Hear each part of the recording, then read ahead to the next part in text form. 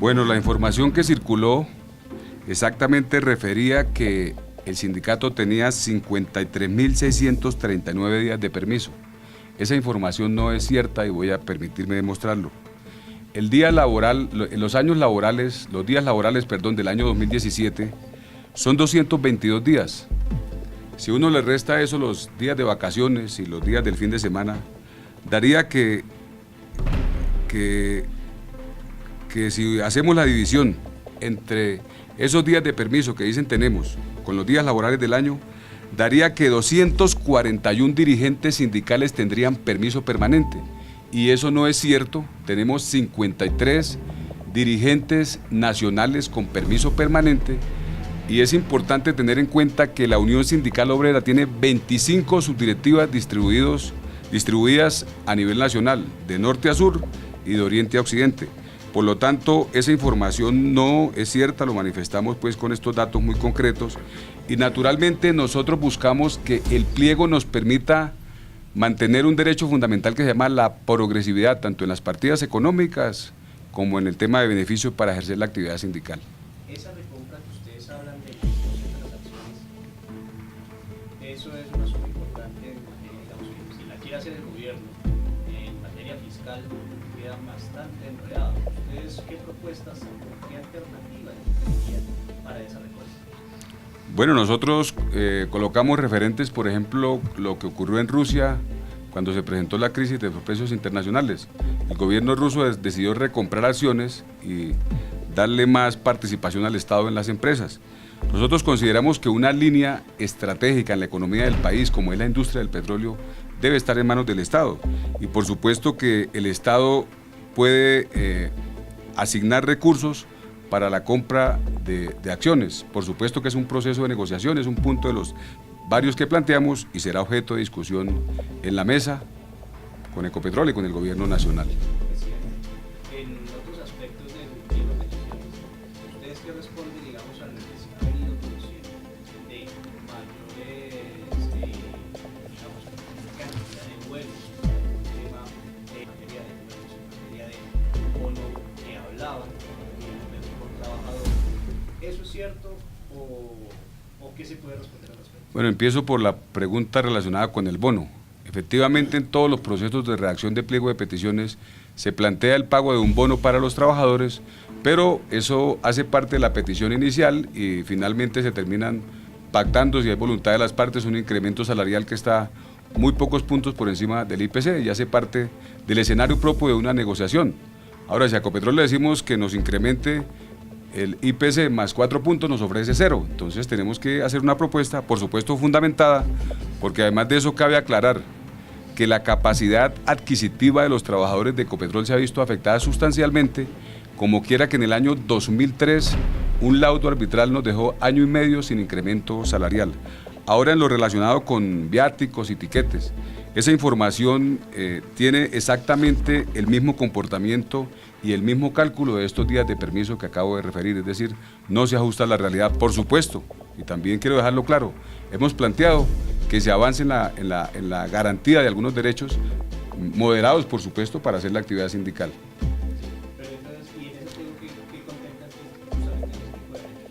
Bueno, nosotros, lo más importante es el derecho político, que se garantice por parte de la empresa colombiana de petróleos la posibilidad de ejercer la actividad sindical en el marco de los convenios internacionales de la OIT 89 y 98 debidamente ratificados por el gobierno de Colombia, porque encontramos en ocasiones que empresas filiales de Ecopetrol, cuando el sindicato les presenta un pliego, no lo aceptan, y por eso nuestra solicitud de garantías es más políticas que incluso económicas. Por supuesto que pedimos la ratificación de las garantías materiales, como algunas partidas y algunos tiquetes, para poder desarrollar la actividad sindical. Finalmente, presidente, hablaba usted que 2 billones de pesos era exagerado, pero ¿cuánto cuesta entonces el pliego sindical? O sea, las ofertas que ustedes están poniendo sobre la mesa, ¿cuánto es el monto que tendría que usarse en dado caso llegar a esa cosa que se controla? Vea, ¿por qué decimos que ese cálculo de los 2 billones de pesos no se ajusta a la realidad? Si la nómina durante el año 2017 donde está incluido el salario del presidente de esta compañía hasta el último trabajador, valió 2.3 billones de pesos, no tiene fundamento decir que un pliego de peticiones, como si estuviésemos partiendo de cero, como si no nos estuvieran pagando, el pliego de peticiones fuese a costar 2 billones de pesos. Si se conserva la tendencia, la variación entre el año 2016 y 2017 fue del 7%, y eso significa que si esa tendencia se mantiene, en ese momento también hay aplicación de la convención pactada con el sindicato, si esa tendencia se mantiene, nuestro pliego podría estar entre el orden de los 160.000 y 200.000 millones de pesos, de acuerdo a ese cálculo y a esa progresividad que se ha mantenido.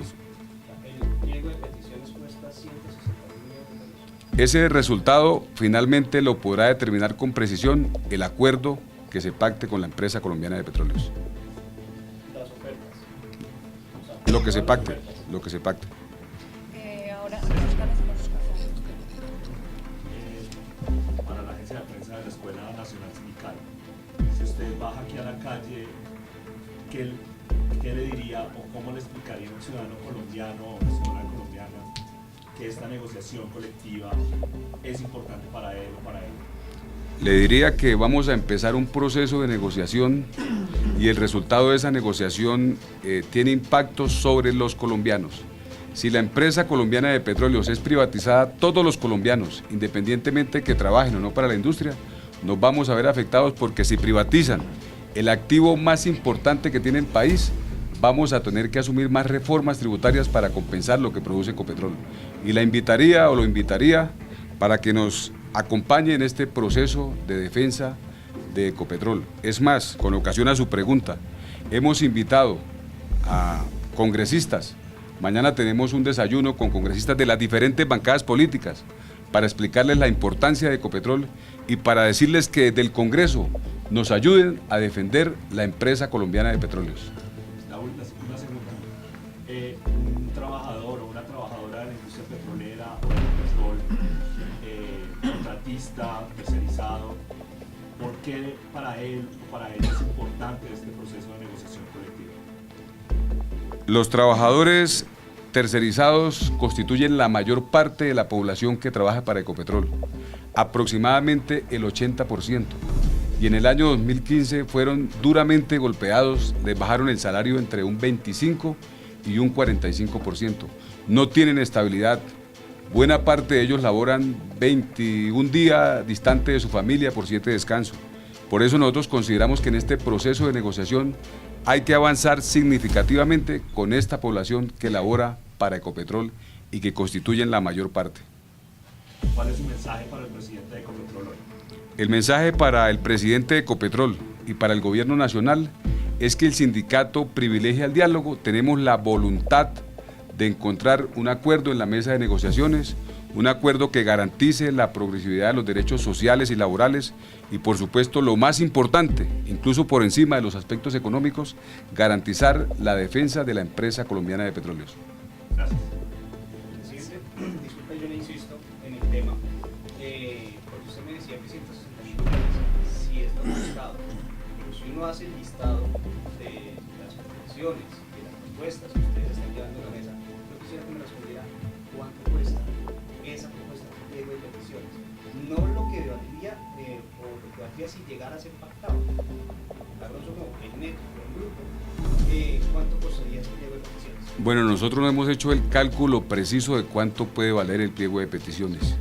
Nosotros hemos estimado que lo más importante es la estabilidad de la empresa. Nuestra pretensión no es hacer un acuerdo que en lo económico se exceda, pues, o que satisfaga todas las peticiones. Nuestro interés es mantener la empresa colombiana de petróleos.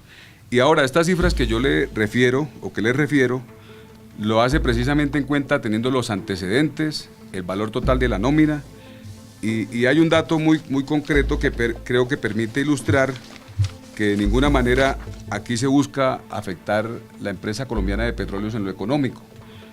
Los costos de producción de Ecopetrol, comparados con lo que significan los costos laborales de toda la empresa son un 4.65% comparado con lo que significan los costos de producción, que incluso son menores que los ingresos.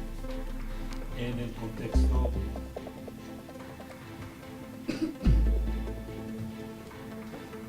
contexto de la industria petrolera latinoamericana o internacional, los costos salariales y los beneficios convencionales de Ecopetrol, ¿usted cómo los compararía con otras empresas del sector petrolero?